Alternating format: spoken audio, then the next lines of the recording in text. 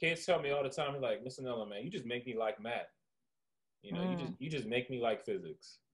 And that is my entire point. When they tell me that, I'm like, I got you. Like, I already got you. Like, no matter what, I got you. You know what I'm saying? Like, because I remember when I had teachers that didn't make me like math and how I felt and how I was going to make it a mission to never have other kids feel that way, because they do change their major. And then they say math is hard. They say it's impossible. They get math phobia. You understand what I mean? Or computer phobia or whatever. And they, you know, they lose on an opportunity.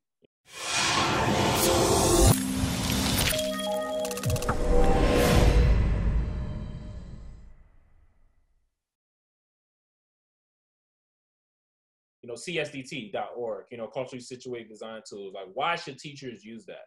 Honestly, the very simplest things, because it's like, it's so cool.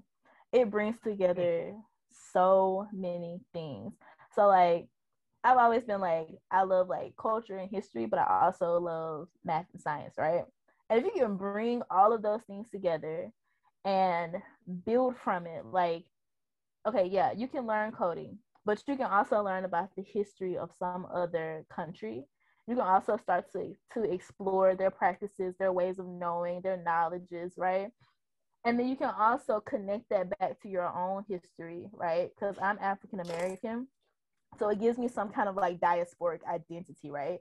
Like, no, I don't necessarily know where I am from, but now I'm interested in exploring how I'm connected to this thing, right? Even if I'm not, somewhere down the line, somebody's grandma, great grandma, cousin, uncle, brother, right? Somewhere came from these people. So it gave me like this diasporic connection. So it's like it hit these three things for me, just the Adinkra lessons in general, right? Just this one thing, it hit these three things for me. And there are other things on csdt.org, like making rhythms. That's another identity, another interest. Skateboarding, another identity, another interest. So like if you're into youth culture like that, you really want to tap into a youth identity, try some of the ones that like skateboarding, rhythm making, graffiti, things like that. Tap into those. You know, if you want to do cultural, there's like Anishinaabe, and there's more. I'm pretty sure, Andrew, you know all of them, but like it just hits so many things. And it's like sometimes when you interact with it, you might get more coding than culture. The next time you might get more culture than coding.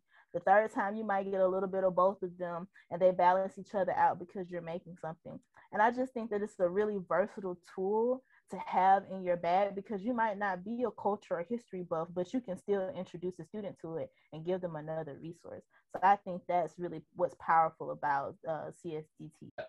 It's so like diverse in its content. It's ever growing, ever changing. It's providing kind of like new viewpoints, like for people who like, you know, like there's so many different ways of thinking, so many different ways of like viewing like mathematical concepts, viewing computer science concepts, and introducing that with culture that you may or may not be actually familiar with, really enriches the experience.